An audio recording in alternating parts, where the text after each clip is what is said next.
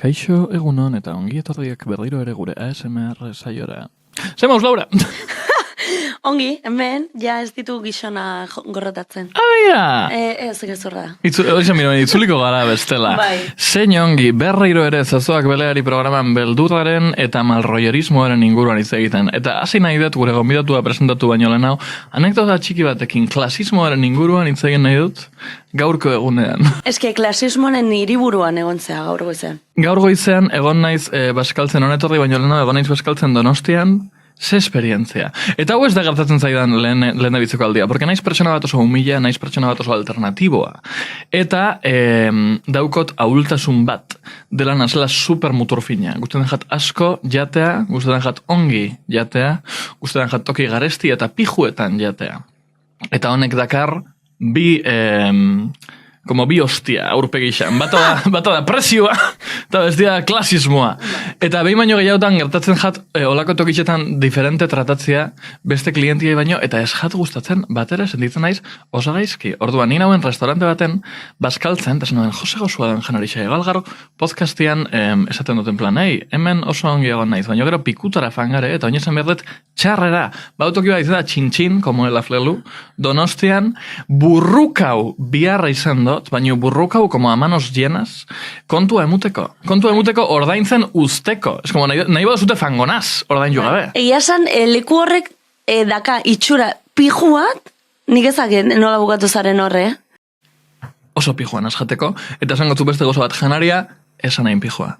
Osa goxua itxura asko zere pijua guazan janarixa baino. Emon duztie pure bat, olako fratel dekonstruiro 60 plaza bat bezalakoa, oso goxua. Bai. Oso goxua, oin bai, no vayas de guai. Ez, urrengoan ez ordaindu. No vayas de guai. Pentsado, egonaz honetara, porque presan eukan eta fanin bien nintzen, eta egonaz oso gertu fatigana, eta zen, bueno, joaten banaiz, etorriko zaten idatzien, eta ordaindu nahike. Eta bakitu zein da, gauzaik makalena eta tristiana, propina utzio dela. Baina ez ezergatik, porque kontua zian, eta beratzita piku, eta ez itxarotiarren kanbixuak emun arte utzitut hogeta marta faninaz. Gainera, gaizki tratatziarren propina dakatzutea. Jazta, ongi etorri estatu batuetara. Bai, erosi txupatxuz bat propina horrekin, eta atera ipurdixan daukatzen duten makilla sartuta. Eta bain, ona helduta gero, behin desahogaute, pasatu geike gure benetako saioarekin. Gaur, etorrira ona divertitzera eta ongi pasatzera, izugarra ongi pasatzera garalako oso jende alaia. Ametxaran guren txalabero bat!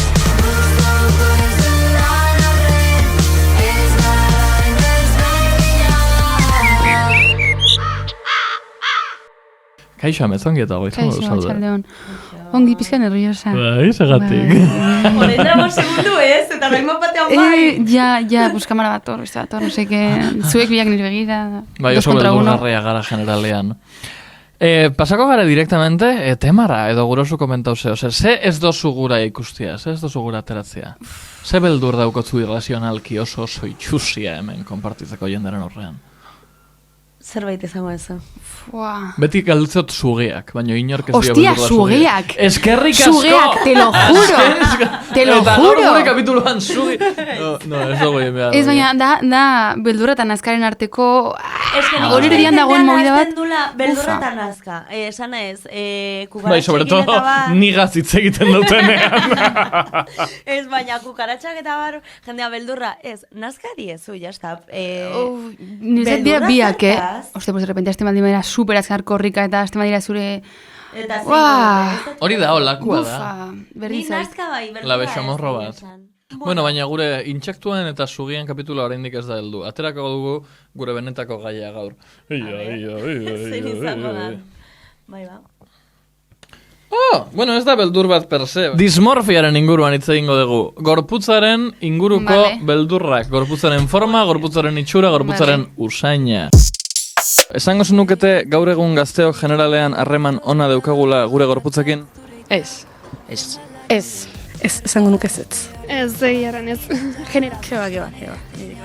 Unanimeki orduan, perfecto. Da super arraroa, ikusten dugulako adibidez serietan, filmetan eta horrelako gauzetan, gorputz dibertsitate handiagoa dagoela, baina uste dut, txarrerantz igual, adibidez, batzutan obsesionatzen garela, dagoela, como kultura de gimnasio super finkauta, eta azkenan uste dut hori bere gauza onuragarriak dituela, baina ere bai, gauza txarrak eta... Irati usuetan gaurko programan dismorfiaren gaia jorratzen ari gara, ezagutzen dezute hitz hau? Aditua bai, minez nu ez dakitola seguro. Botabieko bazinate pixinara esango zenukete honek esan nahi dauela. Forma aldatze bat, ez dakit, dismorfia, ez dakiteko. Entzun dekot, baina ez dakit ondo zer dan. Burura etortzen zait, igual gorputzakin zer dakala zer ikusirik ez, berez, igual dismorfia esan nahi du, zure gorputza beste erabatean ikusten zula, adibidez, pertsona argal bat lodia ikusten dela edo... Ustea zure gorputza, errealitatea ez den moduan edo... Uste zu kritikoagoak garela gure gorputz propioarekin edo bestien gorputzekin? Gure gorputzarekin. Zer zergatik? Bai. Nik adibidez, pertsona batek esaten badit adibidez, telebisten ikusten dudan pertsona bat lodia dela esango diote zetz, baina gero nire gorputza begiratzerakoan esango dut nik bai nagoela lodia eta agian gorputzantzekoa daukagu edo berak dauka masa handiagoa, baina esango dut berak ez zetz, nik baietz. Nik ikusten dut jendean nire inguruan, pertsona batzu badakatela arazo hori ez, adibidez, pertsona bat fina daola eta batzutan esaten dit, ni pixka bat igual lodia ikusten naiz, eta gezurra da hori, ondo dago. Esango zenukete honek arrazoirik daukola? Pues sortu justen kanonak, ikusten dena pues, anuntziotan, interneten, sare sozial guztitan. Bai, azkenean osa dauz txikitatik. Rol batzuk jarrit eta nola izan nola izan bar zen, bai, azkenean beti dauz gorputz Ideala. Bai, idealako, como unos ciertos eta... Kanones. Bai. Bai, uste dut azkenean, pertsona bat aldala sentitu bere gorputzagaz, batzuk aldiez senditu seguru euren gorputzagaz, baina aldozu eukin zure, ez dakit zure dudak edo alzara ez egon eroso. Erramarra dagoen gero eta gutxigo dela, ze ja azkenin pues, baitarea da zeptatzen hori pues, edo zen gorputz ikustia, minio bai influenziatzen daunitz hori, pues, tipiko 90-60 edo, ez dakit nola de movida hori, pues hori. Bai. Integrazio hori batzutan, pentsatzen dugu egiten dutela, badakitelako hori dela guk espero duguna, baina ez pentsatzen dutelako hori dela proposa ontuan azkenean, bai mezua da gorputz guztiak dira honak, baina gero azpian dagoena jarraitzen du gauza bere izaten. Niri ere dutzen zitzare sozialtan ikusten dela, bino ore bai kalin. Zure lagunak ozein komentario iten botatzen altu, bitu mira que buena está, o que bino beti da, betiko perfila, ez? Uste dezu gure gurasuen edo gure aitun amonen belonaldiek naiz eta sare sozialik ez eduki daukatela gu baino harreman hobe bat haien gorputzekin? Ez dakit. Galdera zaila da, nik uste dut ezetz. Baina, klaro, lehen ez zeon sare sozialik ez internetik ez tal, orduan mina hau eta kompleju honek nondik datoz, porque internetik ja ez? Pues aktoretatikan eta emakumin prototipo horretika, gizonatan ere bai, biletan azken fin, bai ikusi da hori gehiago emakumin hartin, beti bezala gauzuzio bezala azkenin, mino bai ikusi da emakumekin, nire ustez emakumekin puskaz gehiago. Esango zenukete gorputz kanoniko edo normatibo edo ideala duten pertsonek privilegio batetaz gozatzen dutela gure gizartean? Bai. Nahi dezu garatu zure erantzuna. A ber, kasu guztietan ez hainbeste, baina dauz kasu batzuetan bai adiz. Erropagaz edo harremanetan edo beste gauza batzuetan. Denetara joaten zara, eta behar dozun taia biatuten eske imposible da. Eta hori gertatzen da pisua, gorputzagaz handia danean edo baita txikia denean. Lemizko gauza figatzen zaren azuzken inda itxuran, mino ez dela hori bakarra, izautzen balde mazu tipa denaitz polita kanpotein gero izautzen zuta daun gilipollas, pues azkenin bazu retxazu igual, ez dakit. Zuk usten zu persona bat super guapo, ez dakit eta erraten zu, ostras. Atraitzen dizu. Azkenin hori iratik erranduna izautzen mazu dut, balio da ergel hostia bat, pues, a tomar por culo. Bale, galderia aldatziarren, uste dezute jente guapua eta magia dena, jende itxusia, baino magiak, baino bizitza erraxa badaukola.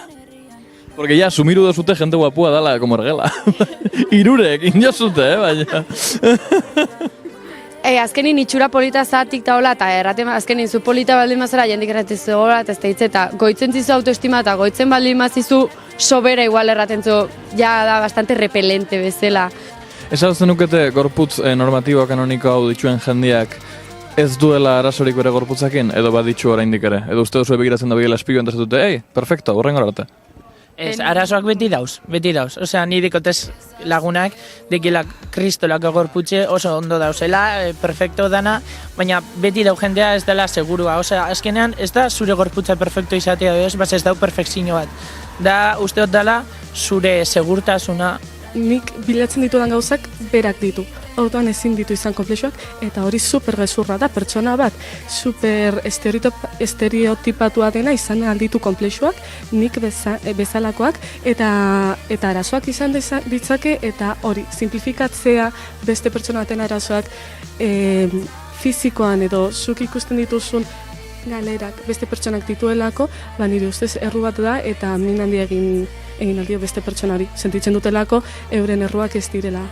Importantea dela aldatza geure burua eta ikustea batzutan, batzutan ez dauela txarto. Osea, azkenean zu egon barzarela eroso zure gorputzagaz eta besteak pentsatea gure deuriena. Ikusi ez zuen aurpegia? Kagauen, ja. Igual da ez dauelako ulertzen letra, porque jartzen az pixka bat artista. Bai, paper haueko zongi daude. Ez, guai. Dismorfia sufritu duzu zure bizitzan zehar? A ber, definitu exactamente. Zure gorputzarekin pozik ez egotea. Bai. Momentu honetan, zeinen ona da zure gorputzarekin harremana, batatik amarrara. Tik-tak, tik-tak, tik-tak, tik-tak. Zazpi? Beira, nik esan nuke berdina. Zorionak? Biei? Nik entzun hauen gauza bat, igual jodidute dut podcasta, baina entzun hauen gauza bat aldatu zuela nire bizitza, dela ikusi biezu zure gorputza ez ezagun atsegin bat bezala. En plan, zuk aldagela baten bazaz pixinan, eta ikusi zu tipo bat lorza batekin, eta zu ditzen, pertsona bat da, pertsoneko lako gauzak daukie. Edo como orban batekin, edo ule askokin ez daki, non. Sare jardibiare paitzara, igual bai, porque eres un psikopata. Baina generalian zure gorputza ikusita esan, hau presentablia da guztiz. Ez naz Marlon Brando, baina hau guztiz presentablia. Hainbeste aldatzen da hori pertsona horrek esaldi bat esan da bakarrik. Total. Horregatik, desconocido benevolente. Asumiru biozu pertsona normal eta majo bat dela, eta gero ja, epaitu.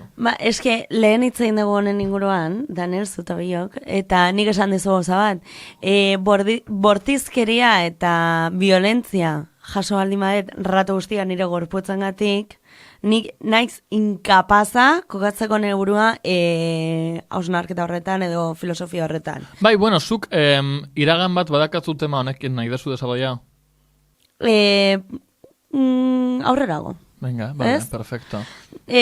Orduan, esaten duzuna da, kondizionauta gaudela gure gorputzarekiko trajektoria gaitik. Bai. Vale. Eta nik usteet batzuk gauden leku batzuetan gure gorputzangatik. Hau da, gure gorputza gure oztopo propioa da. Zakit zuk hau sentitu ezun. Bai, nik esan dut orain zazpi dela, baina duela zazpi 8 urte altzen izan 4. Vale. Joder, baina altua da 4, ere bai. Soy eso como -8. No, es que ni nada. Ya, igual no, nintzateke iritsiko hori planteatzera ere, edo zenbaki bat bilatzera ere igual. Uste dut. Nik uste bizitzan zer edukido dela erlazio bastante como profesionala, nire gorputzekin. Ez nahi izan ez laguna, ez etxaia, izanaz oso modu asertiba baten perzibitu bat nire gorputza, eta uste dut honen kristoneko bereizgarri bat da, barkatu esatia, baino gizon bat naizela.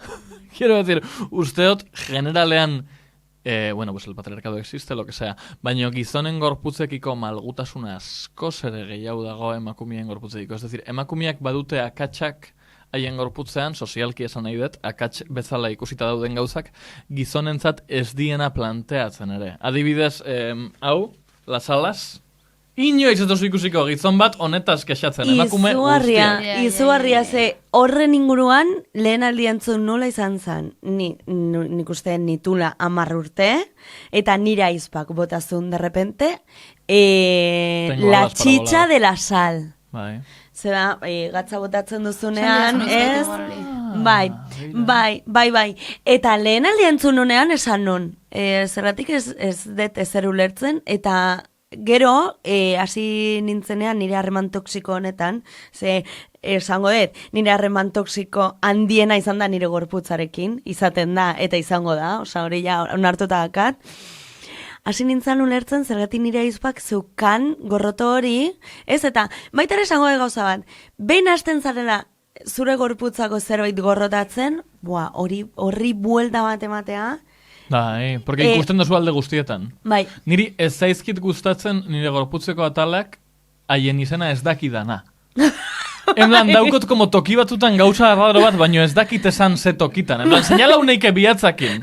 Baino ez dakit esan, no, daukot, ez dakit, belaunian, ez. Daukot como, hemen toki arraro baten, ez daukot zentzuik, eta ez jat gustatzen. Eta kristoneko, osea, dana izan daitekea, katx bat. Esan dizuet, lehen igual litzatekela 4 edo 3, baina ez, lehen uste dut ez nuela harremanik ere. Nire gorputzarekin. Disociada. Ez nuela plan... Bai, no va conmigo pixkat, como, enaiz sartuko movida hontan, porque oso movida hundia da.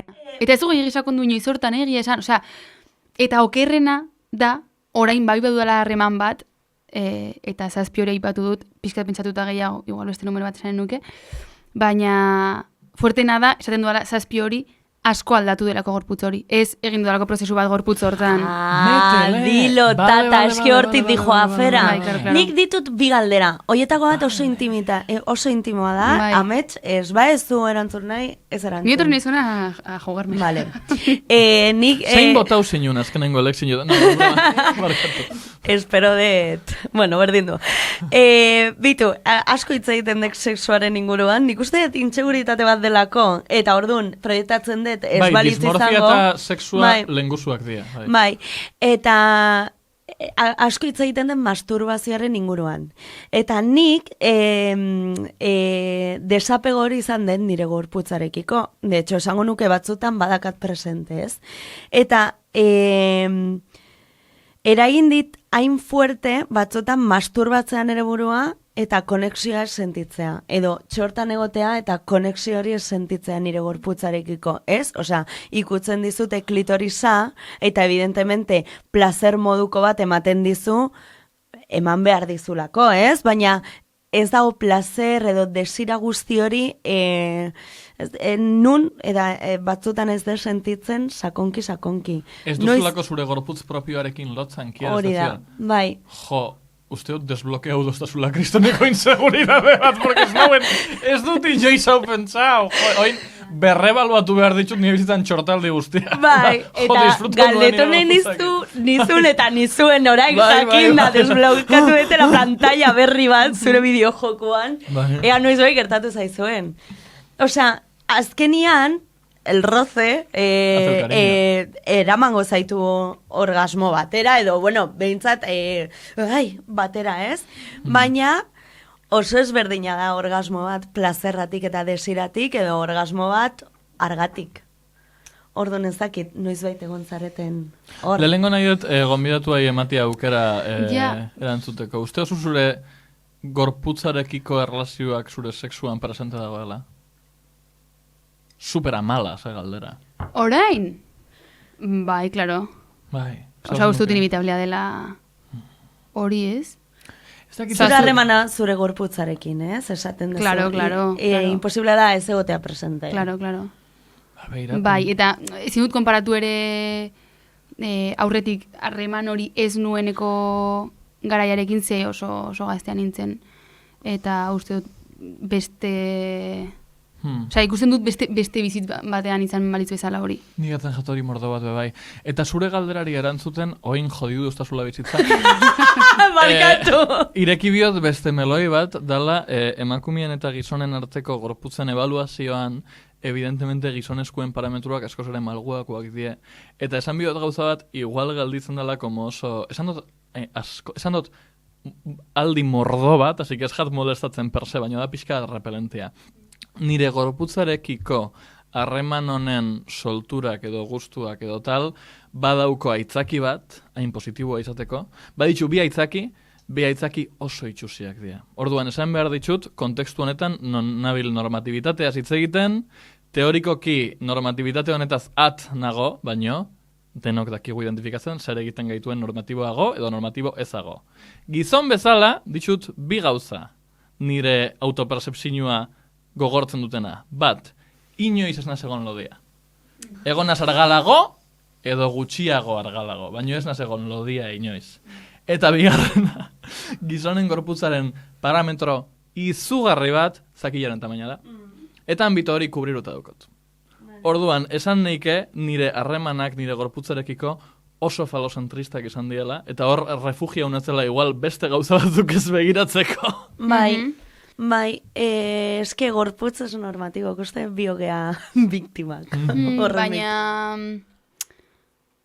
Osa, aipatu duzun hori, ez dakit esaten zenuen pixka zure autokritika gizala ez, baina, bueno, ez dakit.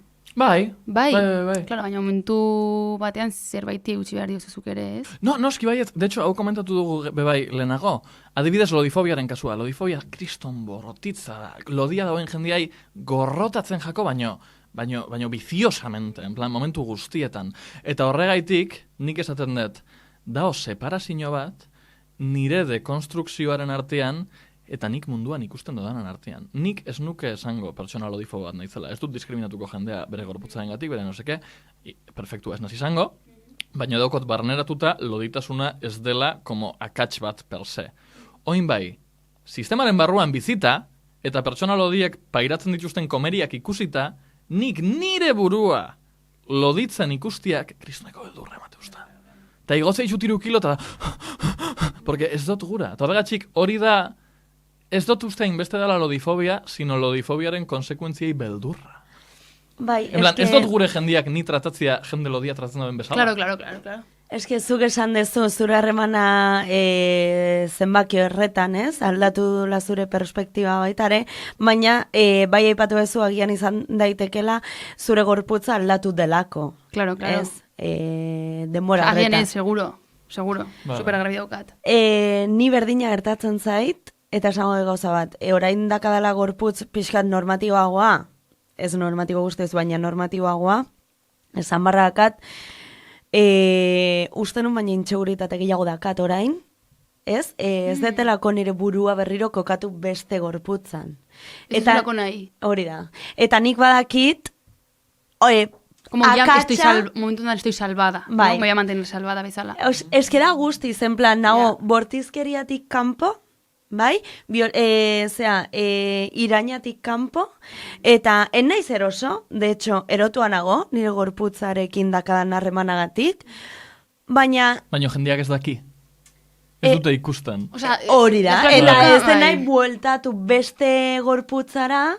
Hori, zuk zurearekin, nahiko duzula, zuk zure buruarekin harreman, zure gorputzaren kasu honetan, harreman toksiko bat izatearekin, como pa que kanpoko jendea ere azteko. Hori da. Hori da. Komenta isuak egiten edo, lo que sea. Ez que, de hecho, dismorfia terminua como tal, da egiten dugun gure formaren disoziazio hori. Ez decir, betidanik aipatudan... Nola esaten da, elikadura kondukta trastornoen inguruko betidanik aipatudan irudi hau de neska bat, porque beti da neska bat, hori da beste gauza bat, oso argala dauena eta izpiluan bere burua oso lodi ikusten dauela. Ez decir, errealitatea da bat, eta guk gure gorputzaean barruan bizigarenok eta gure gorputza egunero ikusten dugun eraikitako errealitatea, da dismorfia kondizionauta. Ez decir, ni egon neike super arduratuta, porque belaunan atzian daukot grano bat inork ez dauela ikusten, baina niri jodiute usta bizitza. Bai, nik ez dut ezagutzen ere gorputza. Esan beharrak, eta galdera bat egingo izut, zu foko bat dakazu gainean, argatik. Argatik, kriston talde dakalako, ibilbidea itzen dena, hemen promo. Batzutan ez aizu gertatu argazki sesio batean, edo kontzertuko argazkitan egun batean esaten duzu, joder, ze ongi, ze ikusten den ere buruan hemen reflejatuta, eta hortik 3 egunetara esaten duzu, me cago en mi puta vida, nor da pertsona hori? Nik orokorrean gorrotu ditut. Argazkiak, bideoklipik ere ez baldin badukagu da, ni behintzat saiatzen naizelako, bai, jazta, ditut musika, bideoak, beste batzuen dako. Ulertzen dudala mundu hontan, eta 23 hontan, que, dena dela pak bat, baina, Egin zaik ez ziak bezala, eta sartu beste jendia bideoklipetan. Ara ere ez gustatzen, baina are gutxiago nire gorputza jarri baldin badut hor. Gorputza jarri.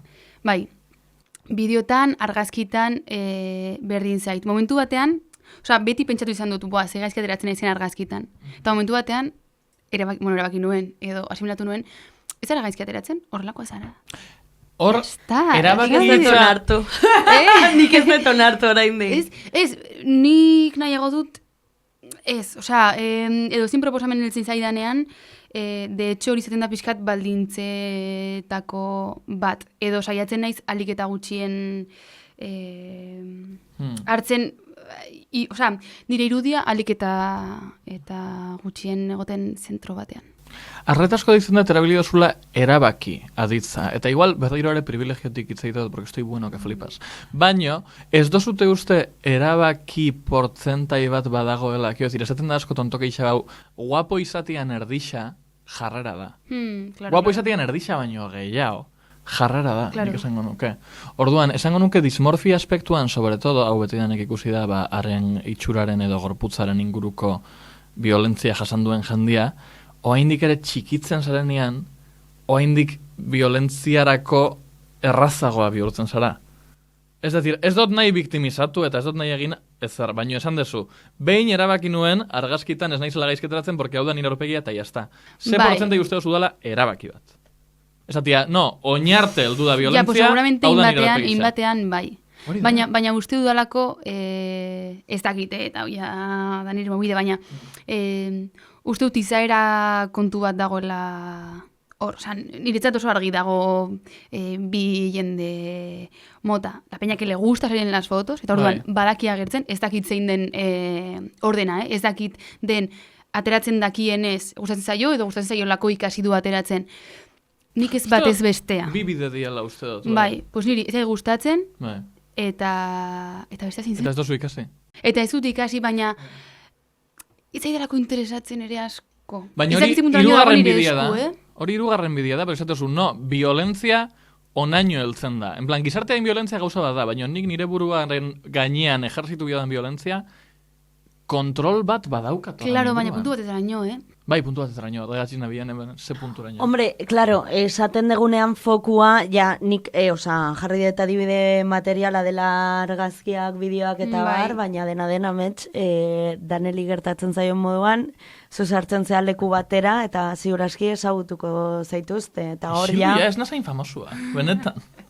Ez, bueno, baina hor dakazu, zerbait izango ezu, ez? Baina dena den ez izan famosuala, deigarria zea. Ez ditut bekainak. Asteko eta behin ez dituzu bekainak, handia zea, altua zea, dena delakoa zu, agian beste gauzen gatik.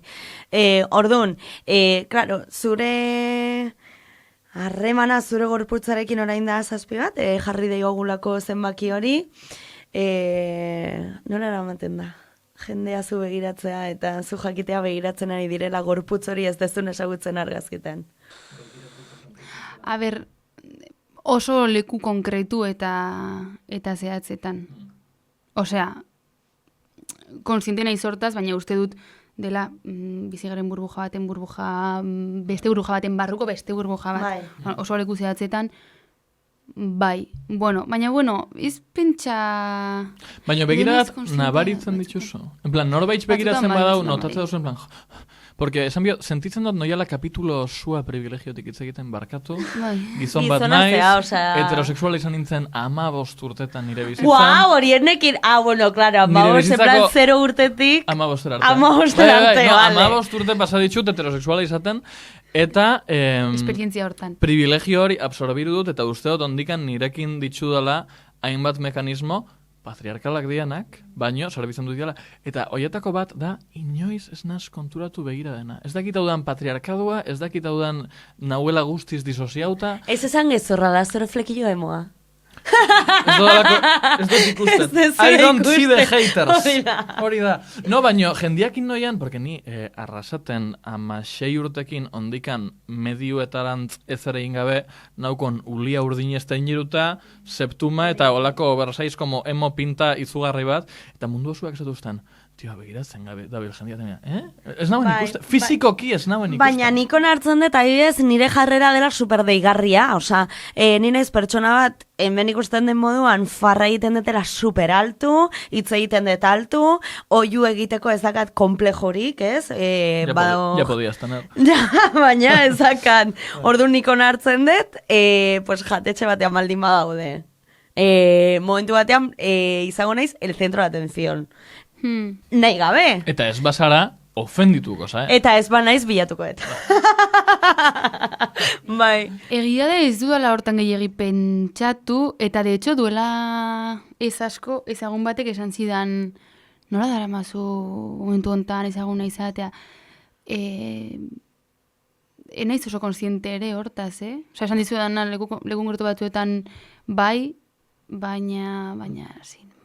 Abira, galdera bat daukot justo honen inguruan, artista moduan, kantante moduan, ze opinio daukotzu, badaukotzu igual berdin jatzu, baina ze opinio daukotzu baliabide honen inguruan dela artistaren identitatea como gogotxuki eta oso modu literalian eskutatziana. Ez decir, badaude hainbat artista, badago Sia, badago Orbilpek, badago Merina Gris, erabiten dutena, bai maskarak, bai abatarrak, bai beste jendia haien estuan jarrita, uste dozu hau dela defentsa bat percepzioaren aurka? Edo, uste dozu hau ondo dauela? En plan, ingo zinuke berdiro hasiko bazina? Ez. Nik aitortu behar dizut orduan, agian norbait pentsatzen baldin badu, zuk ez dezula aurpegia jartzen eta hori dela, nik hola pentsatu dut, Eta orain pues barkamen publikoa, naiz eta berezia naiz, eta ez naiz besteak bezala, horregatik ez de jartzen aurpegia, horregatik publikoan ikustea zaila da, pixkat, no? Como una reina. Ni ikustea zaila da. Ez, taldea bere baitan, bai. Bai, beti pentsatu dut, markatzeko ezberdintasun hori. Inaccesiblia. Hori da. Gehiago, azaletan ezagartzea, osea, diskoko, esazarretu orain nerekin. Ez da, baina, iara kontzertutan inoiz ez dituzuela mugarik jarri eta bar, eta orain hori esatea da arroio. Bitu, eska aurpegia ez de jarriko diskan, baina kontzertu batean aurpegia jartzea, claro. Ez da neetzako arazo bat ere ez. Baina nik uste nun zala eraikita gehiago rollo, esklusiboa gea. Nik uste nahi baldin badezu, bai, de chulita. Eta nintza gotuta uste duzu hola dela ere. Bueno, es que zea zu bakarra. Exposet, gure podcasta. Exposet, esazerretu nerekin, Ez, de hecho, igual hemen sartzen da, talde barruan, 5 gara eta 5 gara oso diferenteak. Osea, ikusten alduzu aretaren Instagrama super fotosto guapas, no sé qué, eta dena super kurrao, eta super ez dakit aktiboa gozegitan, eta ikusten duzu gero ederrena, eta bere Instagramean bakarrik daude azken 5 urtetan arrantzatu dituen karpak, sabes? Bera, olako arrain batzuekin, osea, sin más... La mejor. Se la pela, osea, ez dakit nola esan, berdin zaio. Ni zentzu hortan, bueno, uste dut, baina izela aktiboa egin batean sareetan, baina ez... ematen dit lotxa, irutzen zait, depelma total, egotea denbora guztian gauzan jartzen. Osa, batzuetan inkluso alderantziz, irutzen zait, pelmada gehiagi ematen dela. E, de repente, 12 ez dakiz esanen dugu, i 12 esan behar duzu, ez dakiz den egunetan atarako zuela, ez dakiz zer, relájate, no eres tan importante, sin más. Niretzat, ez dakit. Baina da, nintzerako pixkat vieja bat, zentzu hortan. Irutzen zait, osa, esan diazun irakurketa hori, ez, no, de peña misteriosa, no seke, irutzen zait dela, dagoenari, dituenak baino 500.000 buelta gehiago ematea. Osa, ez dakit. Ez zait irutzen para nada, ez garanik accesibleak, Osa, ez dut ulertzen inaccesibilidade hori non ikusten duzun. Ametsa zerretu zea. Ez, nahi dut jakin, te lo juro. Osea, gurekin harremanetan jartzea zaila dela, edo ez dut ulertzen nondik ikusten duzun, eta posten naiz, osea, me parece guai hori baldin bada ematen dugun irudia. Nondik ikusten duzun inaccesibilidade hori. Osea, gustoko duzu izatea como malas. Ez, gustatzen zait izatea pelma bat. Eta ez izatea denbora guztian... Ez, baina eski ametsa zerretua... Hau da, erabiltzeko bezala reklamo moduan sare sozialetan. Ametxaran gureen kareta gabe gure podcastean, zure benetako nortasunak. No. A ver.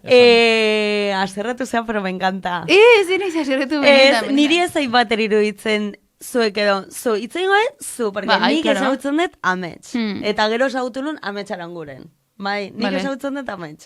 Ez zait iruditzen batere dakazula proiektzio hori de inaccesibles, ez da egia, eta gainera oso gertukoa zea. Eskerrik asko, toma. Entzuten dezu pilo bat, eta...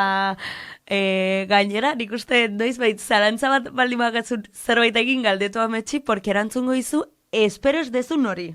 Bai, espero ez dezun hori, bai. Eta oso guapia zen. Aitortza zea, aitortzare, bai. Baina, egia da, ibilbedik dakan proiektzio bat, ez dut esaten zuek eraiki dezuten, edo marketing denik, baizik eta irudia, nik jasotzen duten irudia, dala, panorama, Euskal Herriko gaurko panoraman zerbait oso konkretua eta berezia en cuanto a forma, bai, eta materiala eta ezagize, eta aparte dakazuten misterio hori. Baina egia da, kontzertuetan edo, gero, deitza, aizo, kontzertu bat ezagize, bai, ezagize agenda, ezagize, oza, ez dagoela inaccesibilidade hori, baina bai, Spotifyn sartzen baldin bazea, edo zuen Instagramen sartzen baldin bazea esaten duzu. Bale, oso ongi, baina peña hau zein da, eta gaur egun sare sozialetan, eta bizi egun mundu horretan influenzarrekin eta guzti hori dela erratu guztia zure aurpegia jartzea. Seinalatu zu influencer esaterako? Ez, porque konturatu naiz nagola erratu guztia bizkarra ematen, barkatu. No, correcto. Ai, ni kobratza berdina. Itz egiten dodanean edo ez. Ez. Mundu horretan zein eta aurpegia jarri behar dezurratu guztia, eta zu zea zure marka, ez? Ba, deigarria da, eta uste ibilbide diren marka da justo kontrakoa egitea. Ez dakit, hau da... Uste dut egiten dugula, daukagun denbora nahi dugulako inbertitu egiten dugun hortan, eta aurpegi emateko modu hori erabiltzen dugula obligatorioa den minimo hortan. Uste dut. Osea, orain harin izpentsatzen, Bai, baliteke. Eta ez dugu zergatik justifikatu behar, Zere supermalzurra. Zere superamala. No, ya está. Nahi du kokatu, azerre gure manitza izala, eta ez da egia. Da, osea, guapo, komentario hori guapo gonda. Baina bukatu da. Utzi bakia. Ez diaten joiz esan, eta posten naiz. Zen beldurra beti da, izatea, unos putos pelmas, horrela. Osea, ez da gustatzen. Ba, begira. Dismorfiara itzultzear. Egin behar dut galdera bat guztiz aleatoria. Bota bietola como Sakura, vale? Guztaren jatzun moda? Moda? Moda. Fua. Moda jarraitzailea zara? Batetik amarrera. Ostia, moda jarraitzailea zer da? Jo que sé. Ba, modan dauena, arropa, vanguardia, markas, pasareliak. Te la pela, verdad? Gustatzen zaita arropa berezia, baina ni puta idea... Vale, por suerte galdera oso simplea da. Bai. Esango zenuke bai estilua, bai modak, bai tendentzia, bai arroparen manufaktura zioa inklusive dauela dismorfiagatik kondizionauta? Esango zenuke arropa, sobre todo emakumien arropa, dala como body shaming egiteko tresna bat. A ver, berriro. Galdera hau da, badau arropa bakarrik ondo gelditzen jakola gente guapuai? Bai, claro. Hori da galdera, simplia. Bai. Estupendo. Inoiz esperimentatu dazu, prenda hau hobeto gelditzuko jaten beste gorputz bat deukita? Por supuesto. Es que esa tristia da hori. Baina hori... Baina hori gainera uste dut beti. Atera bian daukodan goza, erosin hauen kamiseta superpolitza. Ai, meses, eskerrik asko esan dezu zenula egin behar. Porque... Ya gustatuko zaizu. Ez datu egin behar, porque oso itxusia gelditzen jat. Daukot kamiseta bat de la cofradía de pescadores. Virgen del Carmen. Joa, pasada. Bai. Carmen ama Virginiaren kofradiako esto, baina gelditzen jat hain. Pasadísimo, chaval. Baina begira horrere dago... Y se usa como estas titio honeik eta panza, eta da como de tirantea raro honeik ditxu. Eta nik hau ezin dut kalera eraman porque mateot cualquier cosa. O sea, batzutan, sartzenaz registro como de persona loca horretan eta ateratzea dut. Baina, bestela, duintasunez sentitzen dut ezin dut eraman. Es que, ñabardura hori egin nahi nun, en plan, esan dezunean arropa jende guapari bakarri ongi geratzen zaio, guapa berdin flaka. Batzutan, askotan, erratu guztia. Bai, batez ere flaka, baina un tipo de flaka ere bai. Hombre, un tipo de flaka, bai, edo zein flakak ez balio ere ez. Baina hori, osa, uste dut, nintzatekela inoiz, osa, beti pentsatuko nukela hori. Edo gizona basara igual muskulatuta, porque ematen da hoie... No esan nik hau homofobua sonau gabe. Baino, masauta da zen mariko puta guzti honeik eramaten daude como crop top olako txikitxo hauek eta como esto arropa hau como super esluti eta gustauko jaten mordo bat eramatia porque ni bebainaz marrana bat, baino ezin dut eraman porque kolgatzen jat dana alde. Baina hori da jarrerarena ere, lehen zantuzun gauza bera. No, baino jarrera jakiteko ezagutu behar nauzu. Ez banauzu ezagutzen eta kaletik ikusten banauzu jantzita de un modo ez normatibo, ni preokupauta galditzen naz. Baina, depende nola eramate duzun ere arropa hori, Bai, estilua beste vertikal bat da, baina eske guapua basare ez dozu estilo auki behar. Bakarrik guapua izan eta arropa jantze. Diskrepo, Nik uste dut guapua basarela, jendiak justifikatuko duela zure kutrismoa. Eta esango du, no, hola jantzten da, porque seguro dakiela zerbait modernik. Bai, niretzat, guapo horri exigituko nioke gehiago. Esaiezu, hori uste dela jarrera zuzena, en plan... nahi gabe ateratzen zait pixka bat hori, Persona guapuen privilegio hori, ez bakarrik kontuan ez hartzea, sino ondikan gehiago espero izatea, porque privilegio hori daukiete. Claro. Zergatik itxusiok ezakagu sorte magiko hori. Porque ez da sortia, maitea. Da prekondizioa. Sistema osoa. Ez dozu jende guapuak erraixagoa daukala bizitza. Badakizu ezer pentsatzen dudan askotan, olako jendea ikusten dudanean? Pentsatzen dut, eskerrak enaizen olakoa, ze bestela seguramente nintzateke su normala.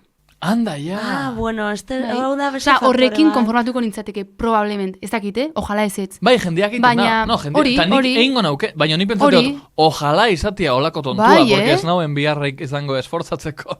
Zuru izitza seguramente mierda bat, No, usteot dauzela guztiz burutik jota, eta ezagutu dut jendia dauela guztiz burutik jota, porque haien balio guztia dago fizikoan, edo haien kapital sozial guztia. Gero pertsona maitagarriak biaz, baina haien kapital sozial guztia, haien fizikoan kokatuta dago, eta fizikoak kaduzidadia dauko. Orduan, segunduro zaude balio ez zen zure kapital soziala. Bai, uste, nire lehenengo kolpe bizitzarekin, hola deigarriena, izan zen, konturatzea jende pila harremantzen dela gorputzatik gorputzekin. Esan nahiet. Ditxugula ikusten, bai, badakit. Osa, bada jende pila, begiratzen baldin badezu bere inguruan barkatu, dela pertsona hori bezain bera. Esan nahi. Boyfriend twins. Marikoien artean asko gertatzen da. Haien pertsona berdinekin bakarrik erlazionatzen diela eta beratzen diela. Bai, eta gehien bate, porque hau da klasismo puriduro eta burgesia bakarri harremanduko da burgesiarekin, baina hitz egiten nahi naiz gehiago guapak eta flakak, guapoekin, hau sistema heteropatriarkal batean, evidentemente, guapak guapoekin eta guapok guapakin eta hola. Eta izan zen kolpe bat hain handia konturatzea amesten dezun zapai horretara ezarela iritsiko inoiz. Baina inoiz. Baina, ez dakit, Nik ila ez detametzen, Baina niretzat da gainitzeko jendearen dago gauza positibo bat. Jende hori haien artean, jende hori elkartzen bada bere artean, Eso que te quitas, gaituzten, no? Ja, baina nahi bai. dugu haiek bezalakoak izan, porque Bai, es super guapa. Txikitan Bai. bai, ez ginun- txikitan bai. Ez ginen nahi izan Bai, bieko. baina ja, baina ez. bai. Osea, No, konturatzen ja, zarenean zer Nik ez orain- beti, baina zer egon daiteken. Nik orain dakan desira bakarra da, inoiz galtzea nire sare feminista eta nire lagun feminista. Hori da nire amets handiena, Amets. nire amets handiena. Bai. Ez humorista dakit. Ez galtzea, espazio hori egia esan. Ba, espero dut ez galtzia, Bai. maitia. Baina, Nire bueno, kapituloaren amaierara heltzen ari gara. Beti da nire lana bajoi municipala ekartzia eta esatia amaitu behar dugu. Eta zuretzako bi lan ditugu. Lehen da bizi, utzi behar diozu urrengo gonbidatuari galdera bat, emango zut papel bat, baina hori baino lehenago, azkenengo gonbidatuak jofek utzi zitxun galdera hau erantzuteko. Ea irakurri dezakezu? Irakurri, bai. Ozenki? Bai. A ber, mundu osoko leku bat mapatik kendu beharko bazenu, zein izango zen eta zergatik. Ton. Toki bat, izan leike hiri bat, herri bat, herrialde bat, kontinente bat. Nik esan nion erantzuna, beraz matzen duten. Madre Dios. Esan zinun bere erantzuna? Bai. Benga. Baina, beraz matzen duten. Ostia zizaila. Eta jofek arrazoia mantzian, esango zenula hori. Uste dut daki dala zer uste duzuen esan behar dela, baina ez. Esan. Osa, momentu hontan, Vale. esan beharko nuke gauza bat. Vale. Baina, Bota?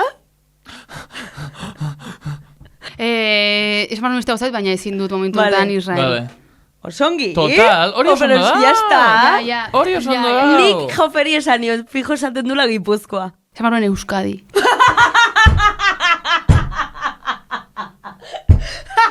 Bez, Gipuzkoa. Bai. Orain. Euskadi edo Euskadi. Berdin zait. Eus, esarekin. Vale. Vale. Usten dezun bitartean galdera hau, mesez, bota kanta bat. Zertarako. Zein da guapien sentiarazten zaitxun kanta? Guapa modo guretzat guapa dena. Bai, guapa. Bai, empoderada. Bida izeneko kantu bat. Venga. Uste dut originala Luis Jakena dela, Vale. baina Rita Paiesek badu... Eta zein da gustatzen gatzuna, originala edo bersioa? Bersioa. Rita. Eta bersio honekin, Ritarena usten zaituztegu ikusentzuleko maiteak. Maitea, agur, urrengora. Eskerrik asko, agur.